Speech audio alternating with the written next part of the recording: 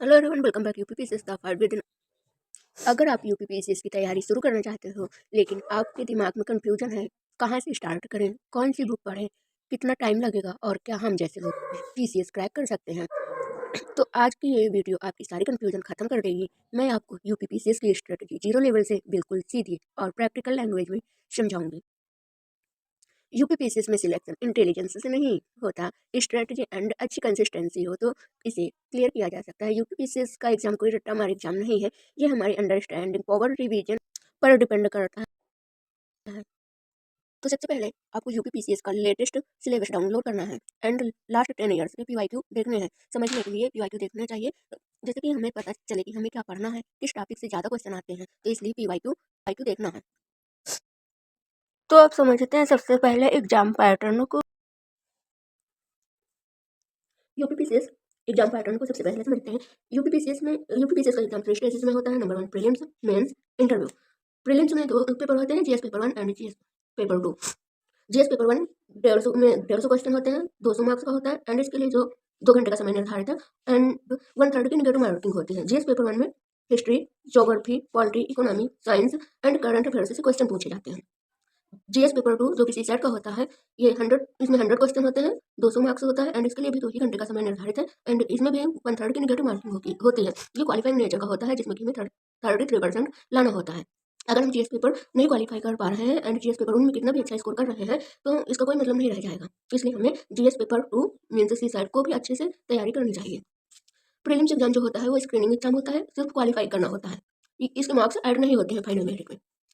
इसके बाद आता है मेंस। मेंस में होता है हिंदी, एसए एंड जीएस के 6 पेपर होते हैं, जिसमें कि ऑप्शनल की जगह GS 5 and 6 UP special add हुए हैं। तो इसलिए हमेशा हमें यूपीपीसीएस प्रीलिम्स के साथ ही मेंस की तैयारी करनी चाहिए, क्योंकि असली सिलेक्शन यहीं से होता है। मेंस जो होता है वो हमारी राइटिंग एंड नॉलेज का टेस्ट होता है कि हमारी कितनी अच्छी नॉलेज है एंड किस प्रकार से उस नॉलेज को हम अपनी लैंग्वेज में लिख सकते हैं। इसके बाद आता है इंटरव्यू। ये भी 100 मार्क्स का होता है, ये पर्सनालिटी टेस्ट होता है। इसमें हमारा कॉन्फिडेंस एंड क्लैरिटी देखी जाती है। प्रीलिम्स एग्जाम स्क्रीनिंग एग्जाम होता है, सिर्फ क्वालिफाई करना होता है, यहाँ उसके मार्क्स ऐड नहीं होते हैं। मेंस असली सिलेक्शन यहीं से होता है, क्योंकि इसमें हमें राइटिंग करनी होती है, आंसर लिखना होता है एंड इसका टेस्ट होता है कि हमारी कितनी नॉलेज अच्छी है।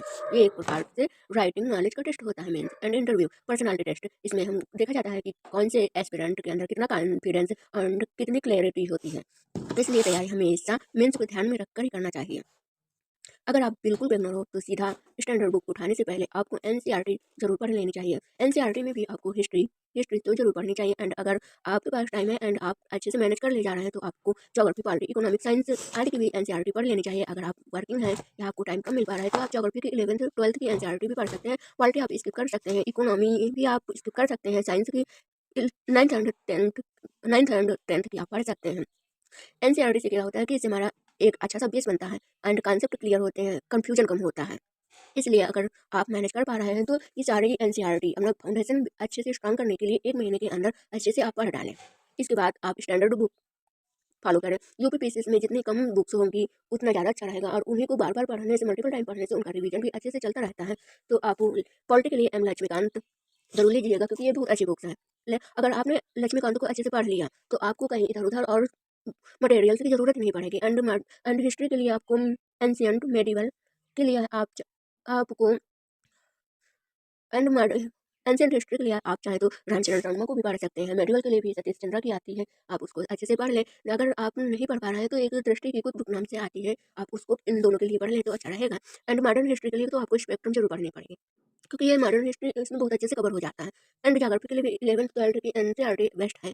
एंड मेंस के अकॉर्डिंग आप चाहें तो माजिद हुसैन सर की इंडियन एंड वर्ल्ड की आती है, आप उसको ले सकते हैं। एंड सीजी लियोंग की भी बुक अच्छी होती है, आप उसको फॉलो कर सकते हैं। एंड इकोनॉमिक्स के लिए अगर आप एनसीईआरटी पढ़े हैं तो अच्छा है, इसके साथ ही आप करंट अफेयर्स पढ़ते रहेंगे तो आपका इकोनॉमिक्स अच्छे से कवर हो जाएगा। अगर एनसीईआरटी आप नहीं पढ़ रहे हैं तो लूसेंट से इकोनॉमी या फिर आप परीक्षा वाणी की बुक से इकोनॉमी कवर कर सकते हैं। इन्वायरमेंट के लिए आप परीक्षा वाणी की बुक एंड करंट अफेयर्स से आप अपडेट होते रहेंगे। एक सब्जेक्ट एक ही बुक से पढ़ें एंड जब वो बुक खत्म हो जाए इसके बाद ही कोई दूसरी बुक्स उठाएं।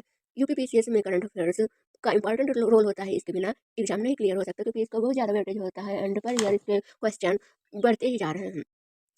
तो मेन होता है कि हम करंट अफेयर्स कहाँ से पढ़ें। तो अगर आप एक नेशनल न्यूज़पेपर डेली अगर पढ़ रहे हैं तो आपका बेस अच्छे से तैयार होता रहेगा। एंड मंथली मैगजीन आती है करंट अफेयर्स की, बट मैं ये सजेस्ट करूँगी कि आप क्रॉनिकल की पतली वाली मैगजीन लें मंथली। इससे बहुत अच्छी तरह से आपका करंट कवर होगा। एंड एग्जाम से पहले आई दृष्टि घटनासार की मैगजीन आती है, आप उनको पढ़ें, उनसे रिवीजन हो जाएगा। एंड करंट अफेयर्स पर आपको फोकस क्या करना होता है, उत्तर प्रदेश से रिलेटेड न्यूज़। बट अब इस पर ज़्यादा यूपी से क्वेश्चन नहीं पूछे जा रहे हैं, लेकिन एग्जाम यूपी का है तो हमें यूपी को तो फोकस करना ही पड़ेगा, क्या पता कब क्या पूछ लें। एंड जो भी गवर्नमेंट की स्कीम्स होती हैं, economic, environment and social issues पर भी विशेष फोकस करना होता है current affairs. And current affairs के शॉर्ट नोट अपनी लैंग्वेज में बनाओ, जिससे कि आपको रिवीजन करने में आसानी होगी। एंड इसके बाद आता है मेंस के लिए आंसर राइटिंग कैसे करें। तो मैं यही कहना चाहूँगी कि अगर आप एनसीईआरटी पढ़ रहे हैं तो एक दो रीडिंग नॉर्मली स्टोरी टाइप में पढ़िए। एंड इसके बाद जो ओल्ड एनसीईआरटी होती है, न्यू का तो मुझे पता नहीं, बट ओल्ड एनसीईआरटी में उसमें क्वेश्चन दिए होते हैं। तो अगर आप उन क्वेश्चन से आप उन क्वेश्चन को अपने लैंग्वेज में उनका आंसर देंगे तो आपका आंसर राइटिंग डेवलप हो जाएगा अच्छे से। एंड इसके बाद आप पी वाई क्यूज से क्वेश्चन उठा सकते हैं, उसको अपनी लैंग्वेज में लिखें। कम से कम 2-3 आंसर हफ्ते में तो जरूर लिखें, सिंपल लैंग्वेज हो एंड स्ट्रक्चर बेस हो। क्योंकि जो आंसर राइटिंग लिखो वो यूपीपीसीएस के अकॉर्डिंग हो। उसमें सबसे पहले इंट्रो देना होता है, एंड फिर बॉडी होती है, एंड इसके बाद कंक्लूजन। एंड हेडिंग का यूज करो, बुलेट पॉइंट्स दो, एंड जो भी डायग्राम मैप ये सारी चीज़ें हैं उनको जो जिस तरह से आपको आ रहा है उसी टाइप से आप अपनी लैंग्वेज में, सिंपल नहीं आ रहा कोई बात नहीं, बट आप कोशिश तो कर रहे हैं ना। धीरे धीरे ऐसे करते हुए आपकी आंसर राइटिंग भी अच्छी हो जाएगी, एंड आप प्रैक्टिस भी होती रहेगी, एंड इसे आंसर राइटिंग धीरे धीरे डेवलप ही होगी। अगर आपके पास फुल टाइम है तो आप डेली 6 to 8 आवर्स अपनी स्टडी को दें। अगर आप वर्किंग है तो डेली कम से कम 4 से 5 आवर्स तो देने ही पड़ेंगे। डेली 3 घंटे आपका स्टैटिक सब्जेक्ट होना चाहिए, 1 घंटे कम से कम करंट अफेयर्स, एंड 1 घंटे रिवीजन जरूर करें। एंड 30 मिनट आंसर MCQs देखें, एंड उसमें आंसर राइटिंग करें। रोज अगर थोड़ा थोड़ा कोई पढ़ेंगे ना तो आपका अच्छे से तैयार हो जाएगा। यूपीपीसीएस में रिवीजन बहुत इंपॉर्टेंट होता है। ऐसा होता है कि बहुत से बच्चे पढ़ तो लेते हैं साल रहा, लेकिन अगर वो टाइम से रिवीजन नहीं कर पा रहे हैं तो उनको वो सारी चीज़ें भी माइंड में आती नहीं हैं। तो इसलिए रिवीजन जरूर करें, हर सब्जेक्ट को 3 से 4 बार रिवीज करें। प्रीलिम से पहले मॉक टेस्ट दें, मेंस के लिए आंसर टेस्ट सीरीज लगाएं। जो रिवाइज नहीं हो करता वो भूल जाता है, एंड एग्जाम टाइम में तो पक्का है भूल ही जाना होता है। यूपीपीसीएस एक टफ एग्जाम है, लेकिन इम्पॉसिबल बिल्कुल नहीं है। अगर आप सही डायरेक्शन में हो, लिमिटेड बुक्स हैं आपके पास, डेली कंसिस्टेंसी रखते हो, तो आप पीसीएस ऑफिसर जरूर बन सकते हो, एंड पीसीएस ऑफिसर बनना बिल्कुल पॉसिबल है। Thanks for watching. अगर आपको वीडियो अच्छी लगी हो तो लाइक करें, सब्सक्राइब करें, एंड